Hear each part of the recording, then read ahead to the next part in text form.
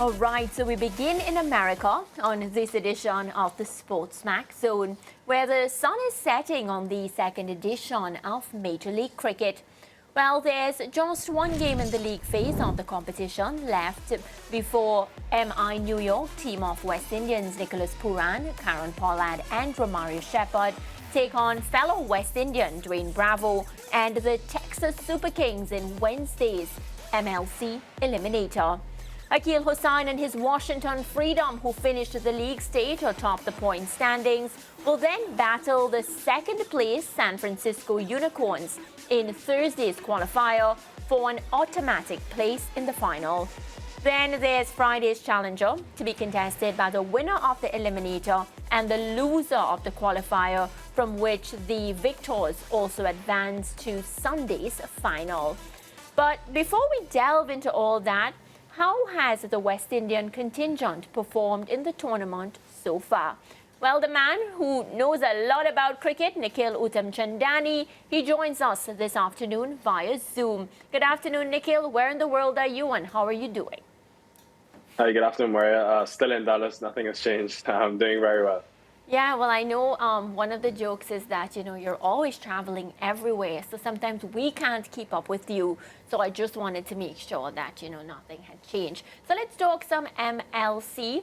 A lot of exciting things and storylines coming out of the competition. But one of the things that has been a talking point, not that we enjoy it, but, a bit disappointing that we didn't see the best of our West Indian players when it came to this competition. What's the reason why and what's been happening?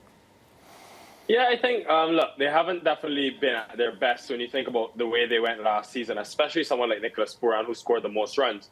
What I will say is that it's far from finished, and every West Indian, barring the two that were in that LA side, are still in the competition. So definitely think that, there's a lot of time left for them to enhance those performances. And you just have to look at the final last year when Nicholas Pooran scored a sparkling 137 to win them the tournament. And even the last game when Karen Pollard, who's been really out of form all season, came in and hit 31 off just 9 balls. So definitely I wouldn't give up just yet. There is still time. And I think the West Indians and both teams tomorrow in that MI New York side, as well as Dwayne Bravo and the Texas Super Kings side, will have a big part to play of their team moving on in this tournament.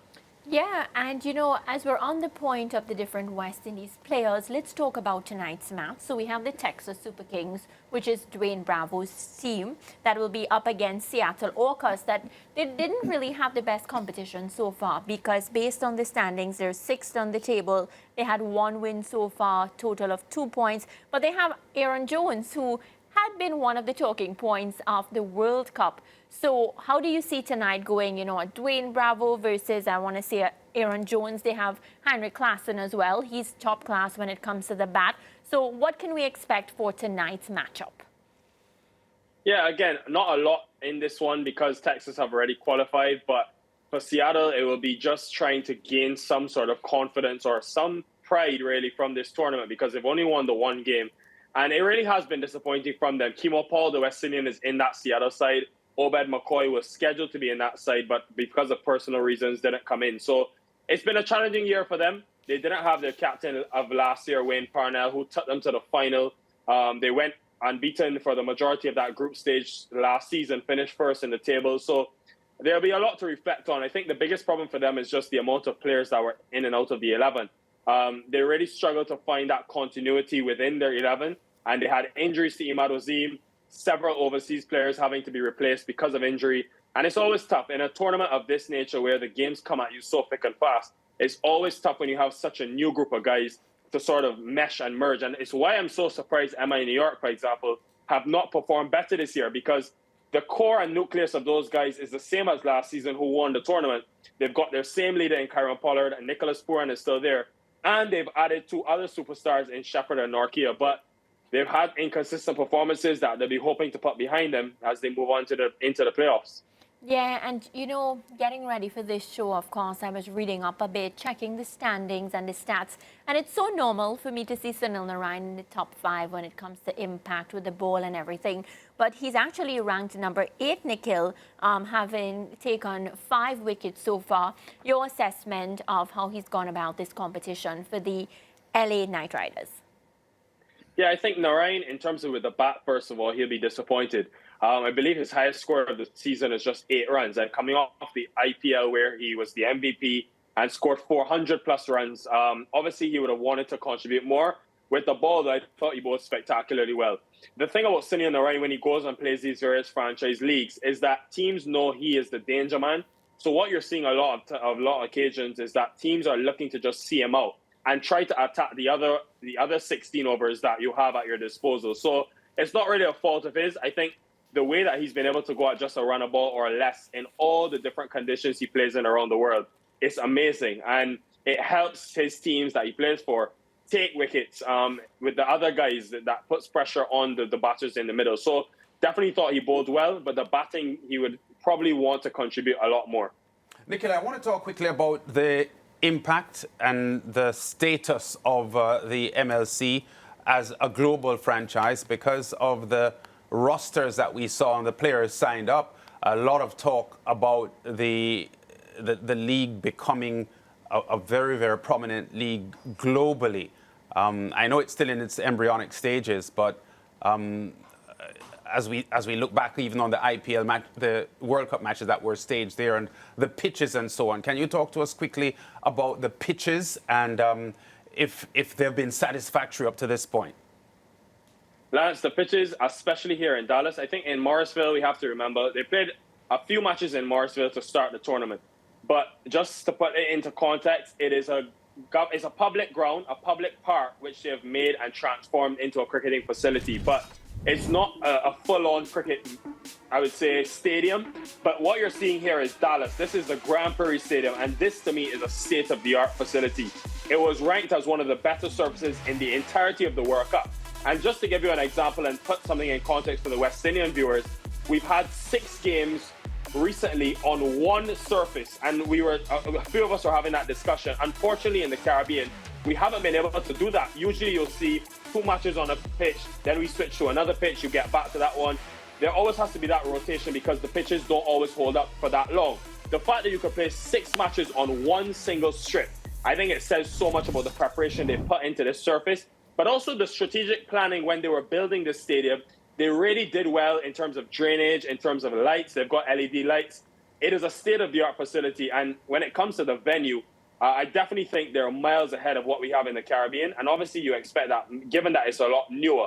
But when it comes to the facilities, Lance, and that's a big part of having a successful venture, I definitely think this is a really good facility to host cricket games. The next plan for the next couple of years is to have the teams build their own stadium. So you get a stadium in San Francisco where you can have that home fan base. You get one in New York where MI New York will play.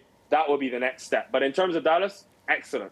Yeah, and because of the big names associated with the tournament now, apart from the West Indians who Mariah touched on earlier on, you know, you have Rashid Khan, Faf du Plessis, Travis Head, Steve Smith. These are big names in global cricket. How much has their impact had on the tournament from the standpoint of gaining attraction globally?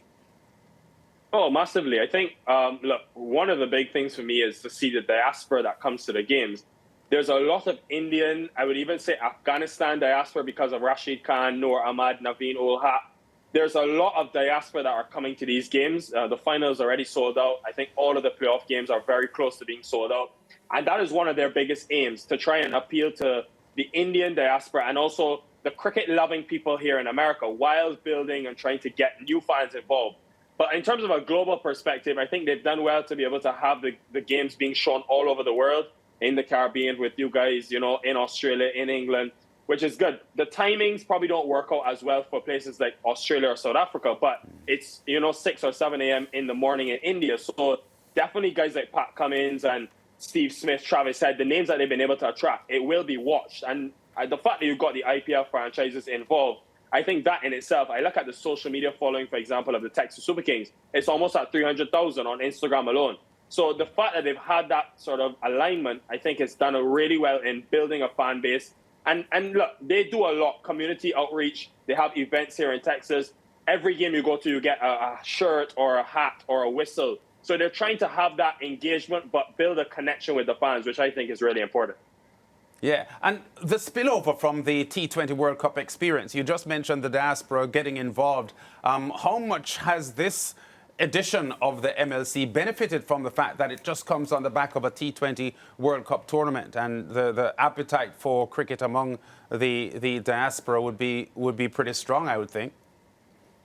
Yeah, I think the World Cup was huge, not only for the MLC, for USA cricket. There's been so many fans that we've conversed with throughout this tournament, Lance, that have said, we heard about the USA and what they did at the World Cup. We heard about the Pakistan upset, and we wanted to come and check this out. So even if they didn't go to any World Cup matches, they then realized, okay, what is this cricket thing? Let's do some research on it. When they did find out, they then understood that there's a huge tournament with some of the world's best players happening. So we have a second chance to be able to see and really learn about the game.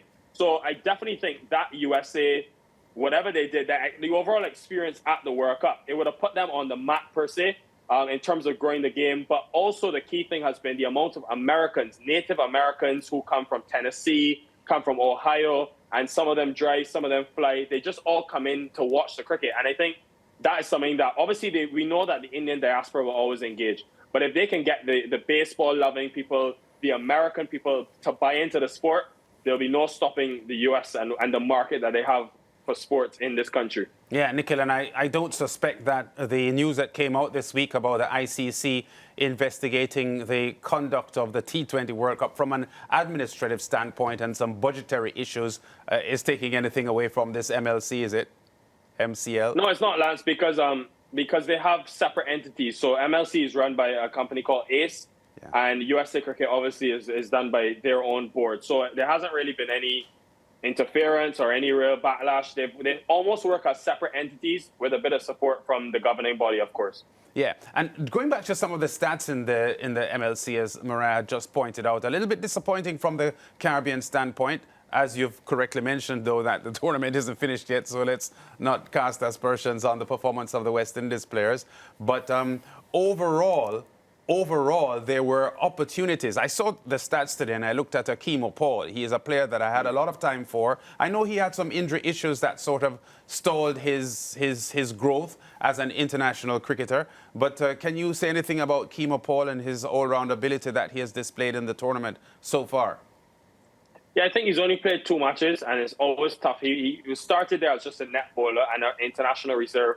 And then when they had a few injuries, he came straight into the team. But it's been hard to integrate himself. I think the pitches have been really good, so it's hard for bowlers to get a lot of wickets, especially seamers in these venues at Dallas. So batting-wise, probably would want more production of runs, but I always imagine it must be very difficult. Timo Paul, for example, played in May when they went to Nepal, and then for that entirety period of the World Cup was off. So it must be very hard to spend 5 or 6 weeks out of cricket and then just be thrown in and expect to perform. So, and also he's batting at 7 and 8. So again, I don't know how much impact we can really expect him to make with bat in hand. I even think the situation is quite similar for some of the other West Indian guys. Someone like a Dwayne Bravo didn't start the tournament because they had Gerald Coetzee.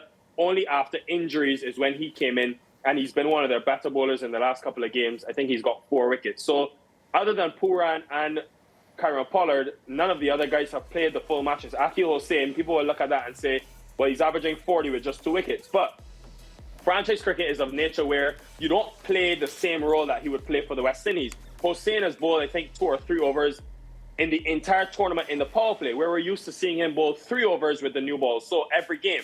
So I think the fact that they've had different roles to play, Shepherd has been one of the more impressive ones, but you can see the matches there. Not many of them have played the full quota of matches, and it's always hard to make an impact when you come in halfway into the tournament, but it's far from finished. A lot of games still to come. Yeah, and we will be looking forward to see how they continue in the upcoming games. Nikhil, a question that I've been thinking about since I realized we were discussing this on the show today. From the first year that this competition took place versus the second year, and yes, we're not finished just yet, but have you seen a major improvement in the quality of the cricket overall? Not just queuing in on the Windies players, but just overall. I think the biggest improvement I've seen, Mariah, is in the local guys. Obviously, the quality was very good last year because you had the Purans, you had, Pat Cummins, Steve Smith weren't here, but you had other internationals like Klaassen, for example, De Kock, who performed to that level. What I've seen the biggest improvement in is the local guys. There's been a new level of confidence, I think partly because of the World Cup, where those guys have carried over and performed well. Andreas House, for example, from the USA team, has been a standout at number 3, and he's up there with Steve Smith and Travis Head for performances. But what I've seen is overall from all the guys in the tournament, where last year there was some hesitancy, there was a lack of confidence. I think that first year, just being out there in the bright lights, rubbing shoulders with these superstars, I think to carry over into season 2, there isn't that fear anymore. There isn't that hesitancy, and it's made a difference on the field. So again, I think MLC is contributing heavily to the development of USA cricket. There are a lot of young talents last night. 21-year-old Sanjay Krishnamurti made 79 in a game where the likes of Rutherford didn't get off, or Finn Allen, who's been one of the leading run scorers. And he took it upon himself to win the game for his team, chasing 177 in 15 overs. So again, from that standpoint in the development of the game, for USA cricket especially, I think that's the biggest benefit here. Yeah, always good when you hear, young, fresh talent coming through various competitions, because when I think about it, that's where, like with the CPL and the IPL, it's where we saw a lot of stars coming to the forefront, youngsters, and really, really just showing themselves. So good to hear that it's happening in the MLC as well. Now, this question, it's kind of heading down the prediction route, but I'm not sure if I'm going to let you predict just yet. But the question is, do you think the MI team, they have the opportunity and they have what it takes to defend their title? Because they did start off a bit slow. No need to stress, no prediction yet. You can keep that in the back of your mind. But do they have what it takes, Nikhil, to defend that title? Right. Honestly, 2 games ago, I was saying there's no chance this team gets to the playoffs. They had a slimmer of hope to get into the playoffs. And yet again, last year, it was the same exact thing. They only had 2 wins out of the entire group stage. Everyone could not understand, how can a team with the best T20 players in the world only win 2 out of 6 matches? And here we are again. So they're the type of team with the match winners that they have: Rashid Khan, Pooran, Pollard, Rabada, who's not even playing, Trent Bolt. It's the type of team that if they catch you on their day, which they did last season 4 times in the playoffs, because they won the eliminator, then won the qualifier, then won the final. So 3 times. They're the type of team you don't want to see because of what they can do, but you don't know which MI New York you'll get. So definitely they have the potential. I think teams will be quite scared of them, actually, because this is the exactly same script that of last season when they went on to win the competition. So who wins? I don't want to say a winner just yet, Murray, but what I will say is I expect them to win the eliminator tomorrow night and get through to the qualifier 1. That's but MI. Qualifier 2, sorry. Yeah, Okay. MI New York. I have them going through. So the next time we talk, you don't get an opportunity to get away with that. You're going to Okay, if I have to pick an early winner, I'm going to go Washington Freedom. I think Smith, Head, they play some excellent cricket this season. All right. Well, Nikhil, as usual, we love chatting with you. We'll talk again soon, and keep up the good work. All right, thanks a lot, guys.